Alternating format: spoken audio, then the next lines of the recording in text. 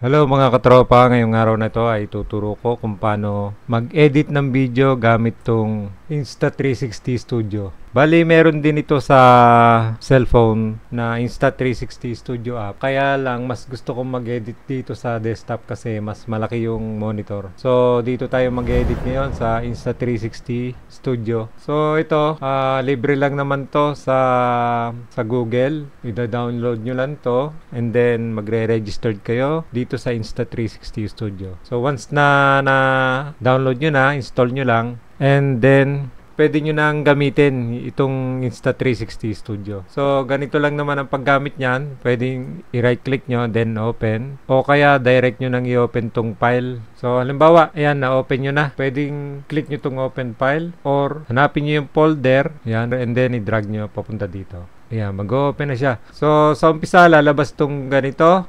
Learn to stream your 360 Edit Like Pro. Yan. So, X nyo lang yan.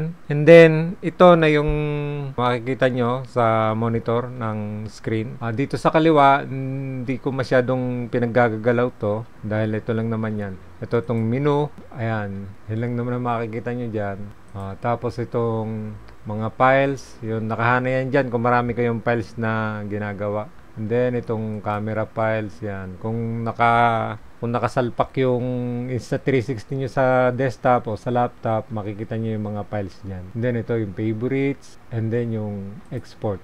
So, ganito lang ang ginagawa ko. Mas madali kasi ito ang aking paraan. So, halimbawa, yan, kung gusto nyo marami kayong inilalagay dyan na mga file sa gilid, drag nyo lang na i-drag yung mga file nyo. Yan, bawa, yan. Kung hindi kayo nalilito, i-drag nyo lang dyan na i-drag yan. Mapipili nyo naman yan. So ako, isa-isa lang ako mag-edit. So ito muna yung unahin natin, itong nasa taas. Pag sinelect nyo siya, yung file na yan, tapos pinress nyo yung delete, madi-delete na yun dyan.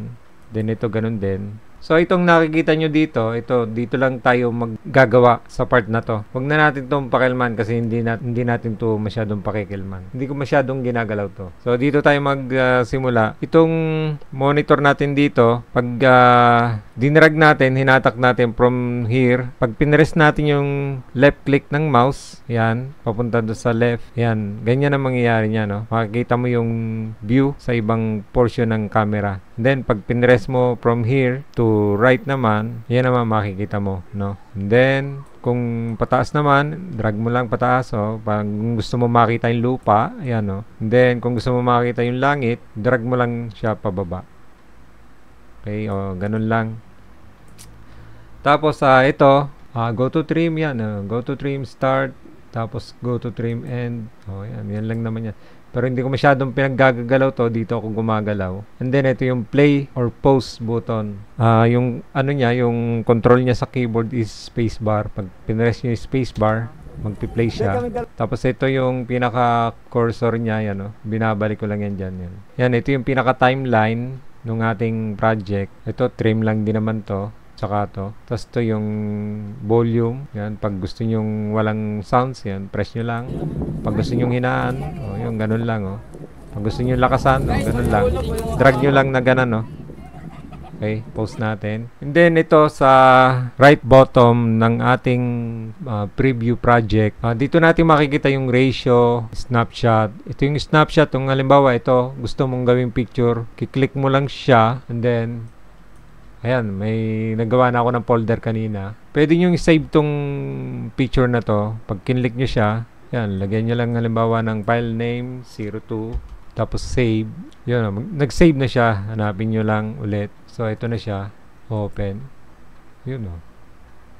Ayan, ayan na siya. And then, ito yung ratio. Pag kinlik nyo yan, lalabas yung iba't ibang uri ng preview dito na ratio. Halimbawa, 1:1 lang yung gusto mo. Pag kinlik mo, yan na, magiging 1:1.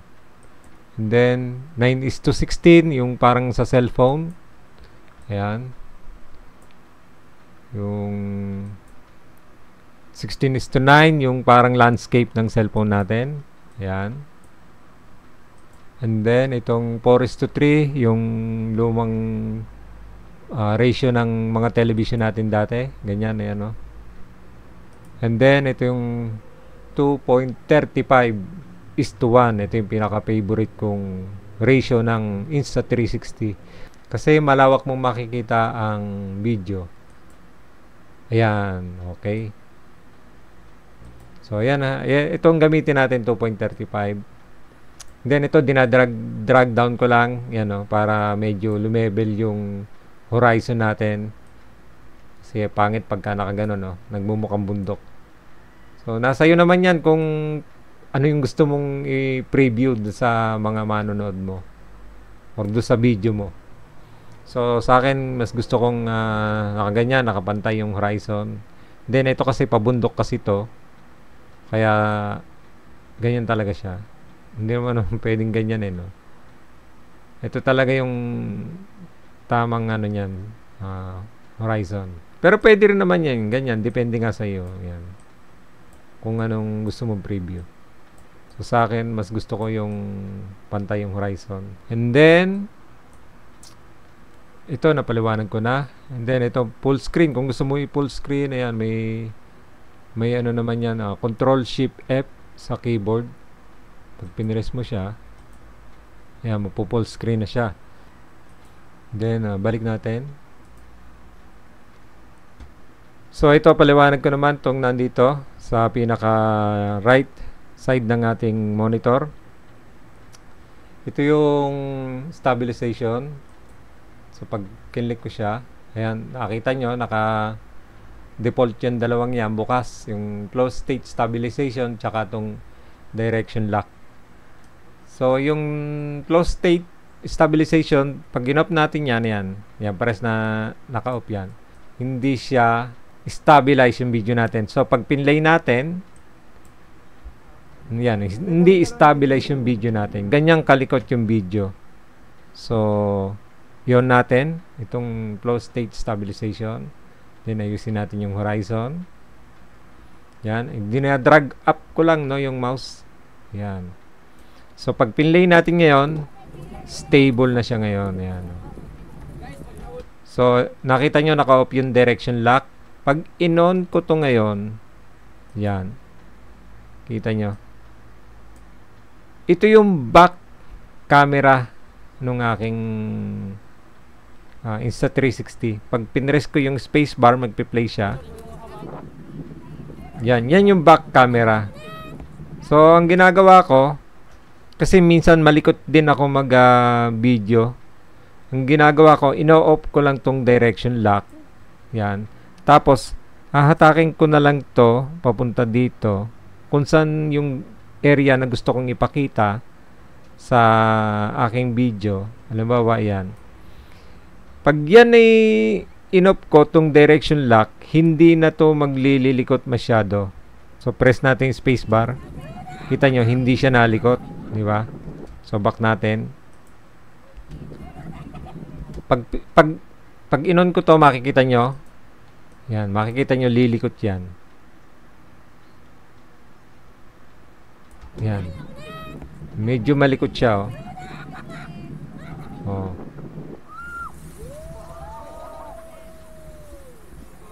Pero, kung naka-off siya,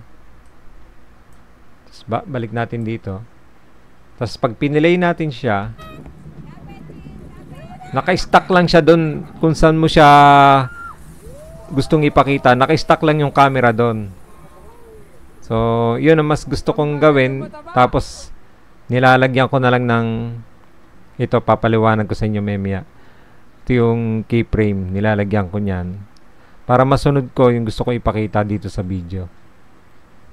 So, ito. Napaliwanag ko na to. Direction lock. Direction lock, kung saan nakaharap yung back camera mo at saka yung front camera mo, yun ang maipapakita nitong direction lock na to. So, ino-off ko yan. Pwede nyo rin i-on, depende sa inyo. And then, ito yung stitching, yan.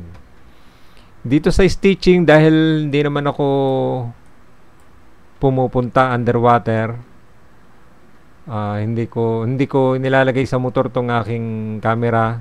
Normal na user lang ako ng Insta360. Itong normal lang yung nilalagay ko dyan. And then, kung halimbawa, example natin tong sticky lens guard. Kung may guard yung inyong Insta360, kagaya ng mga nagmo-motovlog, nilalagyan talaga nila ng lens guard yung kanilang camera para hindi magasgas. Dito makikita nyo yung pagitan ng lens, ng dalawang lens. May hanapin natin. Try natin hanapin na. Dinadrag ko lang papunta sa left. So, click muna natin yung normal para makita natin yung pinaka stitch line.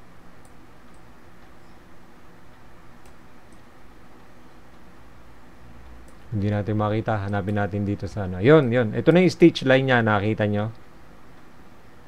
Yan. Makikita yan dyan. Ayun. Hindi masyadong visible dito sa sticky lens guard.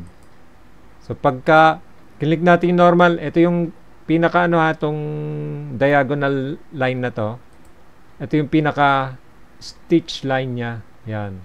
So, pag click natin tong dive case, yan, yung above water na yan. Ito yung may mga pag gumagamit ka ng ng dive case. Yan, makikita niyo yung stitch line. So, pagka gumamit ka ng dive case, hindi na to masyadong visible.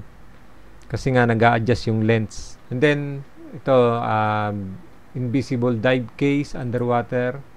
So, makikita nyo andun pa rin yung kanyang stitch line. So, kailangan talagang iyon yan kapag ka meron kayong underwater na dive case. Yan, dive case above water. Yan, kita pa rin, halata pa rin yung stitch line niya. And then, yung underwater, yun, mas lalong halata yung kanyang stitch line. Ayan. Kita nyo, na doble yung aking anino, no? So, custom, yan, kung paano nyo lalaroin yung custom, hindi naman nagalaw. So, dito lang tayo sa normal, Yun nga, yun. Giging dalawa yung aking anino. So, sa normal, isa lang siya.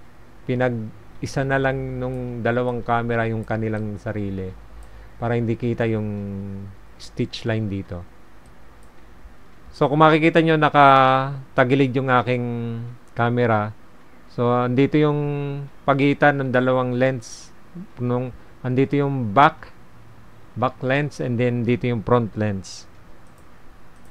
Ayan, andito yung back lens, and then andito yung front lens. Ayan, kung makikita nyo, front lens. And then andito yung back lens. So, click natin lang to normal para wala tayong masyadong issue dyan.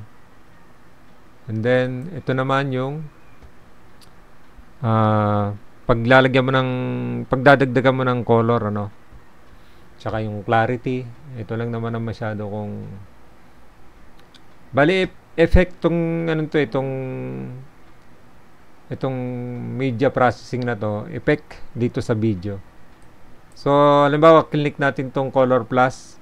Kung makikita nyo, madadagdagan to ng color. Ayan, nakikita nyo.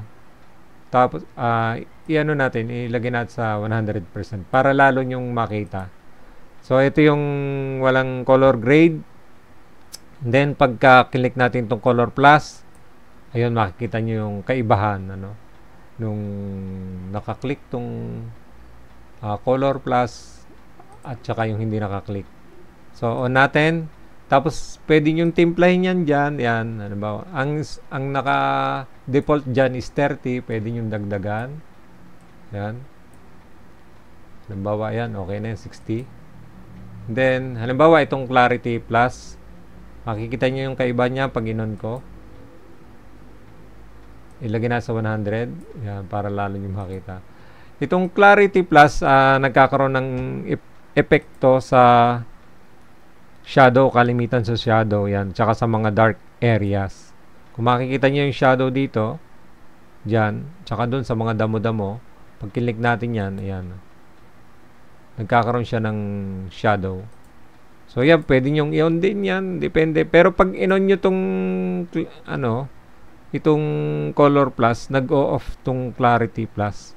So, yan, isa lang siguro yung pwede nyong piliin dyan. So, halimbawa, ito, color plus lang, yan. Pwede naman yung ganyan. And then, itong motion ND, pag in-on nyo to, nagkakaroon ng medyo blurry yung video. Halimbawa, Halimbawa, nakasakay kayo sa kotse. Yung mga paligid nung nung video natin, nagkakaroon ng medyo blur. Kung makikita nyo, ini-off ko muna itong motion ND. Pag ginalaw-galaw ko yan, kung makikita nyo, hindi siya nagkakaroon ng motion blur, no? So, pag inon natin to, magkakaroon siya ng motion blur. Isagad natin sa 100 lahat para medyo makita nyo yung diferensya. Ayan nakita nyo. Yan ang kaibahan ng naka-on yung motion blur. Motion ND ang tawag dito. Kasi ito, ang tawag nito sa Adobe Premiere is motion blur. Yan. Pag ginagalaw siya, nagkakaroon siya ng blur. Kaya motion blur. Dito naman, motion ND. So, ino-off ko lang naman to dahil hindi ako fan ng ganun Siguro, pagka yung mga lang, yung medyo magalaw. Halimbawa, nakasakay ka sa kotse, medyo gusto mo, medyo action pack yung dating. Yan, medyo di-on mo lang tong motion blur tapos timplahin mo lang kung gaanong motion blur yung gusto mo. So, off natin tong motion ND. Hindi ko to masyadong pinaggagalaw. Itong Aqua Vision 2.0, ayan, kung gusto niyo ganyan yung effect ng inyong video, ayan, dagdagan niyo ng hue saturation, ayan. Hue saturation. Hue pala yun. Hue. Para medyo maiba naman yung color ng inyong video, ayan. Strength, pwedeng yung bawasan ng konti. Ayan, laro-laruin nyo lang to kung ano yung gusto nyo doon sa inyong video. So, ako naman, ino-off ko lahat yan. Dahil doon ako nag-a-apply ng color sa Adobe Premiere. Kasi mas matitimpla ko doon ng kung ano yung gusto kong timplahin doon sa video. So, ito naman. Dito naman tayo sa True Audio. So, ito naka-off lang kung makikita nyo. Pag pinilay natin to, makikita nyo yung kaibahan. Yan. Narinig nyo yung mga usap-usapan ng mga ng mga marites doon, tsaka yung hangin, maririnig nyo kapag ka naka-off yung True Audio. Kita nyo? So, back natin dito. Kinlik ko lang dito, para mag-back. Pagka itong voice focus, parang halos kaparehas lang din yan nitong noise reduction. So, voice focus, nakapokus lang do sa boses nung nagsasalita. Pag kinlik natin tong play, ayun, makikita nyo yung kaibahan. Yung mga chismoso lang marinig nyo doon, then konting hangin. So, pag kinlik natin tong noise reduction, ito na maganda, yung noise reduction. Ito ang malimit ginagamit ng mga vlogger. Dahil gusto lang talaga nila is boses lang nila at walang masyadong hangin. So, pag kinlik natin tong play, back natin dito, click natin tong play, may hangin pa rin ng konti. Pero konting-konti lang. Ang maririnig nyo lang, yung mga boses lang talaga. Ayun. So, ako, ino-off ko yan. Yun, nagsalita ako dito. So, click natin to. Ay, yan, back natin. No, kung narinig nyo, diba, nagsalita ako doon. So, pag in-off natin yung True Audio, yun. Nadidinig yung mga wind and then yung mga voice nitong mga tao. So, mas maganda talaga may noise reduction. Yun, para less yung boses nila, much better na marinig yung boses mo kumpara sa kanila. Pero may pagkakataon din na mas maganda kung marinig din yung boses ng mga tao. So, ang ginagawa ko, ino-off ko yan dahil doon ako nag-edit ng boses sa Adobe Premiere. And then, tingnan naman natin itong logo. Yan. Itong logo na to, nakikita yan dito sa base ng ating stick. Andito yung base ng stick natin. So, ito yung mga default na logo ng Insta360, pero pwede kang gumawa. Ayan, may nakalagay, add custom. So, pwede kang gumawa niyan. Ako gumagawa ng logo sa Adobe Photoshop. So, tinesting ko na yan dati. Gumawa ako ng logo ko. Tapos, makikita mo yan dito. So, sample na lang natin tong mga default logo dito. Pero kung gagawa ka, ito yung kiklik mo. Tapos, hahanapin mo yung logo mo kung saan mo sinave. So, click na lang natin to. Kung nyari, ito yung logo natin. Ayun, makikita mo siya doon. Ayan. Yan. Yan. Sample natin yan. Pag pinilay mo yan, nandyan lang talaga siya. Pag pinilay mo yung video, play natin. Ayan. Nandyan lang talaga yung logo mo. So, back natin ulit dito. And then, ito naman, yan, clip management. Hindi ko masyadong pinagagagalaw to. Tapos to, file property. Yan. File property, para makita mo lang kung ano yung property ng file mo. Yan. Resolution niya is 4K. Tapos yung frame rate niya is almost 30 frame per second. So, mahalaga din naman na malaman nyo tong tungkol dito sa file properties. Kung ang file resolution nyo ay 4K, mas maganda, i-export nyo rin siya. Ito yung export. Nang naka 4K din. And then, naka 30 frame per second. And then, yung bitrate niya is 50 Mbps pa rin. Para hindi mabago yung output ng inyong video. So, for example natin ito. Dito natin ilagay. Ayan. Back natin. Ang gusto kong kuhanan ito. Itong sila. Ayan. So, back natin. Hindi muna tayo maglalagay dito ng... paliwanag ko muna dito, So, ito yung keyframe. Yan, ito. Dito talaga tayo maglalaro ng gusto dito. Keyframe. Ayan. Sa keyframe, meron dyan default. Ito yung default na view natin. And then, itong crystal ball. Ayan. And then, itong tiny planet. Ayan yung type. Yan talaga yung... Dito talaga sikat na sikat yung Insta360 sa tiny planet. So, pag pinlay natin yan, parang planet lang talaga na maliit. Tapos yun, may araw. So, back natin. Click natin yung nilagay nating keyframe. Andito tayo sa tiny planet, So, ito yung natural view. Yan. And then, ito yung ultra-wide. Ayan, yung ultra-wide. Ito, malimit kong ginagamit din to, itong ultra-wide, para kita mo talaga lahat yung view dito sa front camera. Pero malimit kong ginagamit to, default. Yan, default. Tapos ina-adjust ko na lang sa mouse. So, sample natin to, Yung ultra-wide, ito pala, ultra-wide.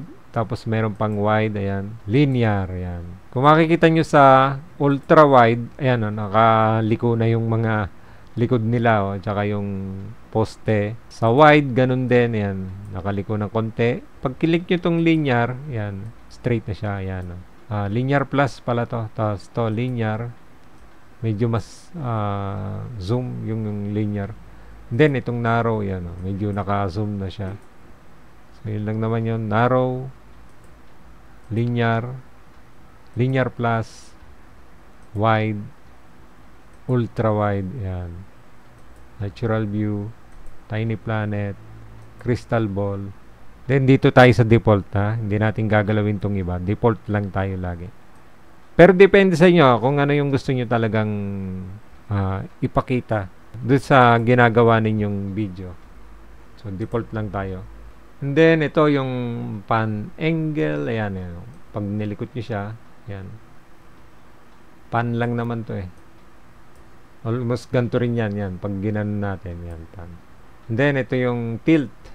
Yan, tilt. Yung kaninang ginawa ko, yung tinaas baba ko lang, yan, tilt.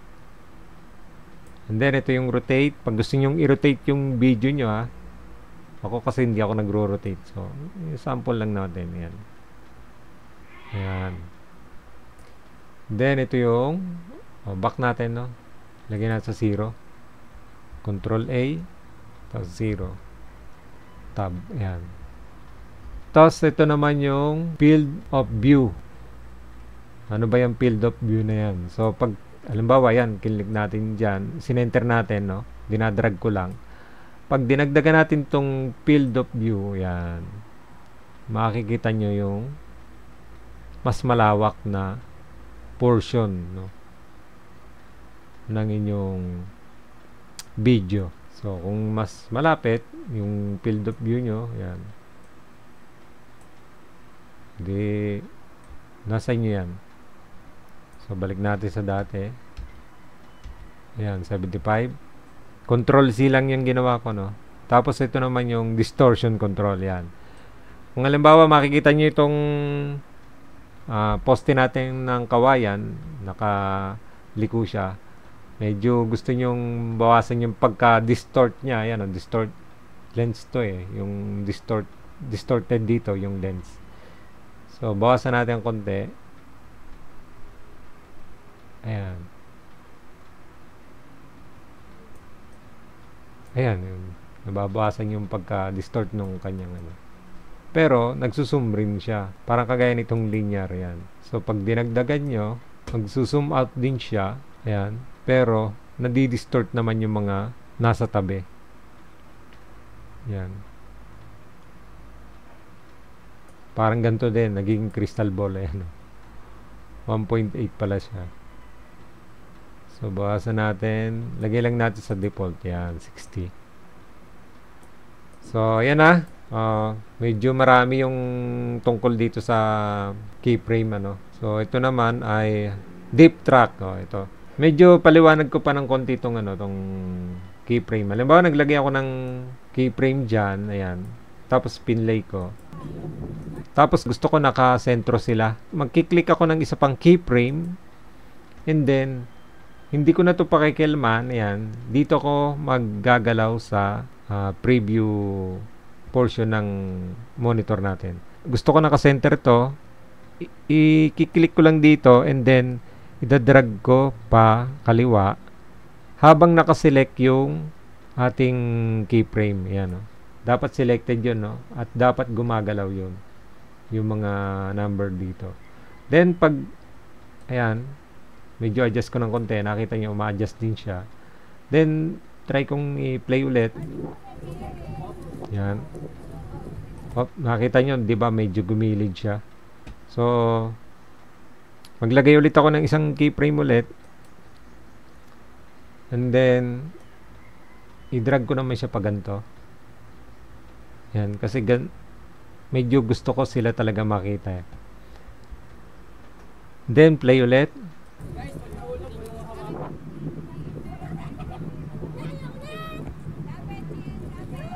Nakita nyo, lumalayo. Medyo, maglalagay ulit ako ng keyframe. Then, hahatakin ko sila. Yan.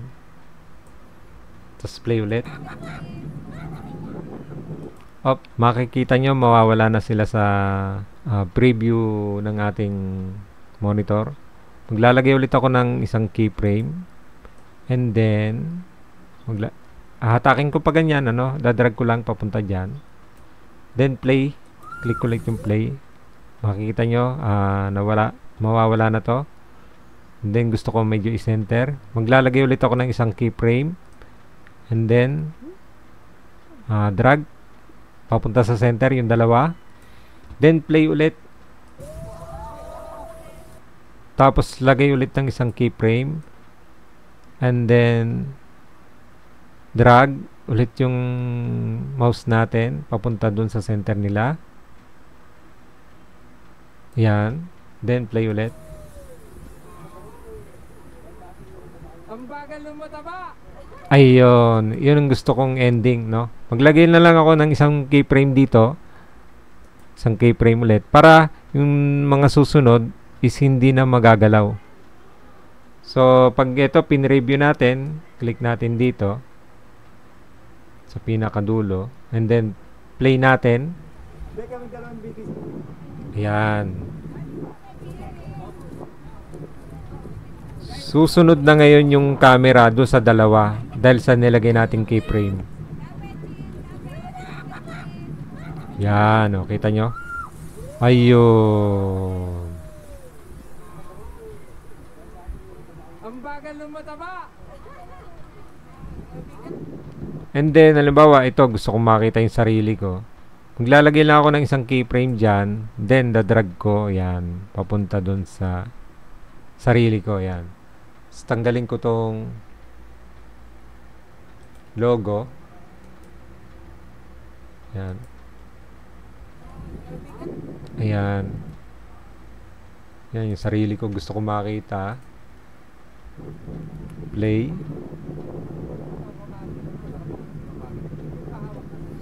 Lagay ulit ako ng keyframe. Tapos titignan ko kung kanino ko pinahawak.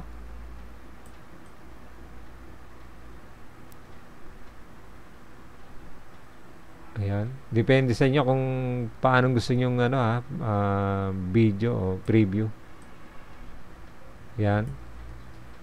Then play. Spacebar lang pinindot ko. Ayan. Tapos, play lang. Hindi ako dito nagkakat ng video. Doon ako nagkakat sa Adobe Premiere. Ito lahat, ine-extract ko lahat to. Kung gaano kahaba yung video na yan. Ayun, for example, hanggang dito lang yung gusto kong hanggang dito lang sa part na to, yan. Yung gusto kong i-render or i-export. So, ito, pwede nating hatakin papunta rito para ito na yung magiging dulo ng video natin. Yan. So, simulan natin ulit dito. Preview natin.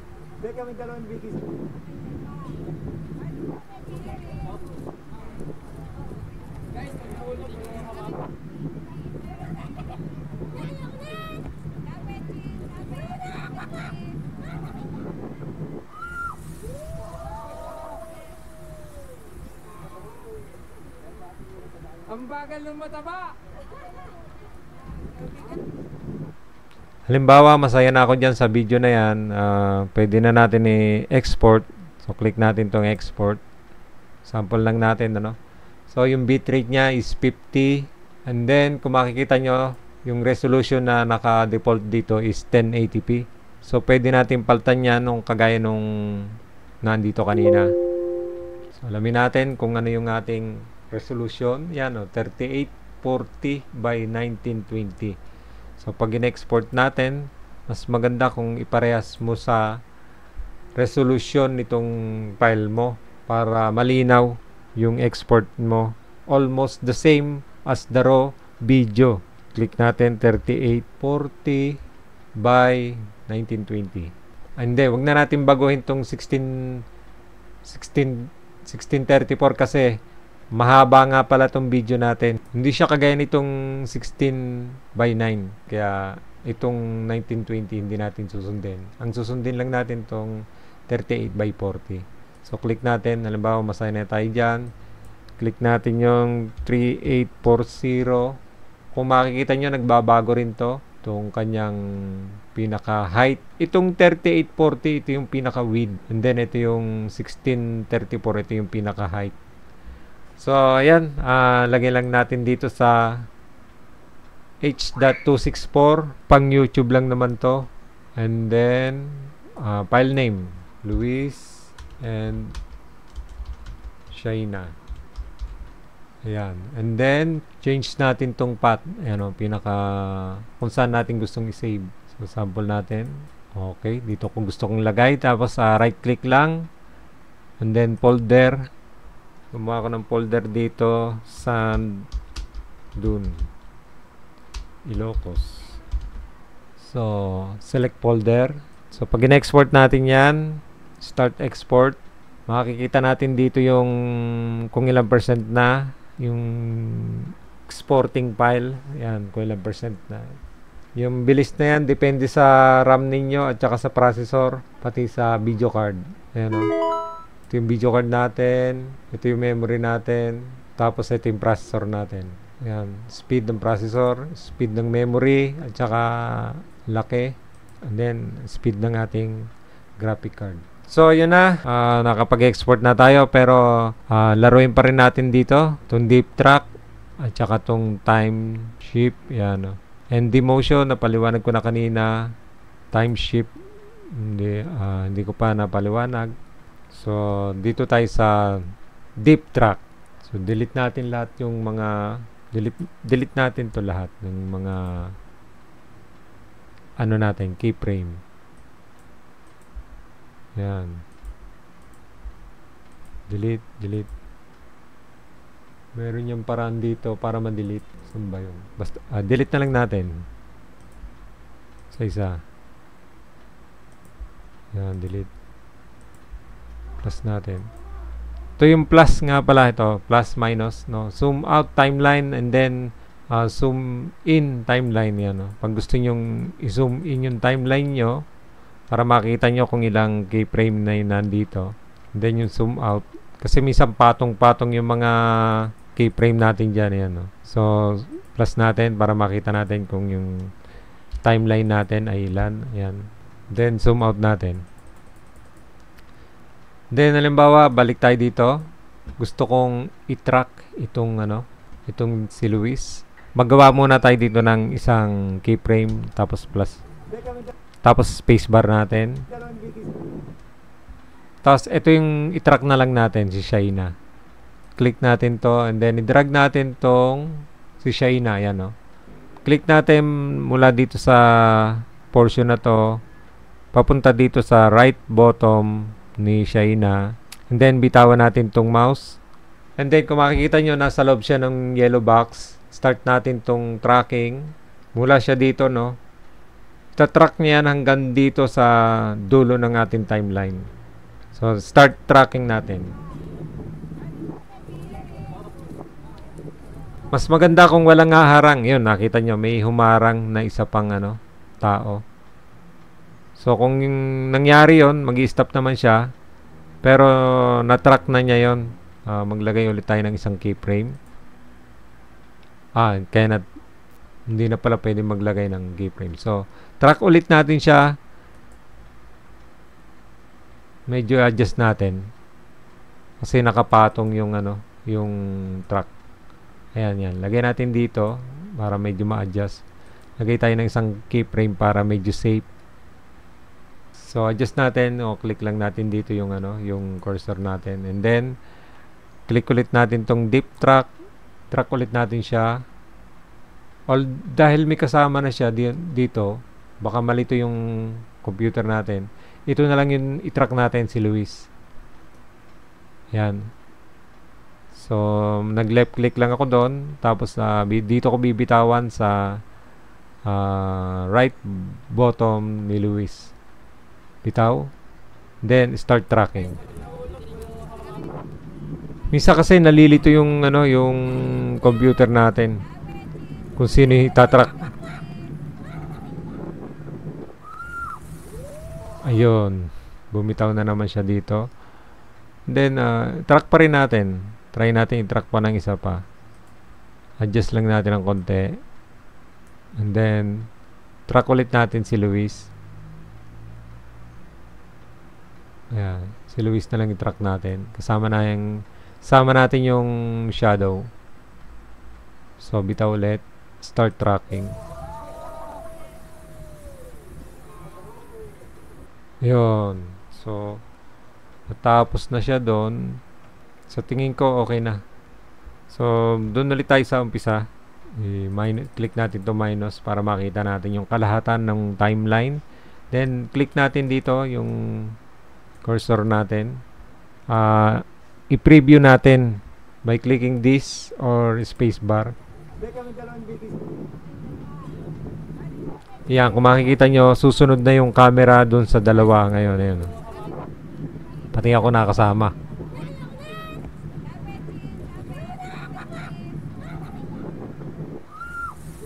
Ayun. Ang bagal ng mataba. So, yun ang deep track. Maganda tong deep track kapag may sinusundan ka na isang hayop, isang bagay, o isang tao. Maganda tong deep track na to. Ito naman, tong time shift. Hindi ko to masyadong ginagalaw tong time shift na to. Kaya hindi ko masyadong alam tong time shift na to. Yun. So yung time shift pala, pwede mong pabilisin. Kasi hindi ko to masyadong ginagamit tong time shift na to. So ganun lang nangyayari pala sa time shift. Parang ano siya. Yun, bumilis.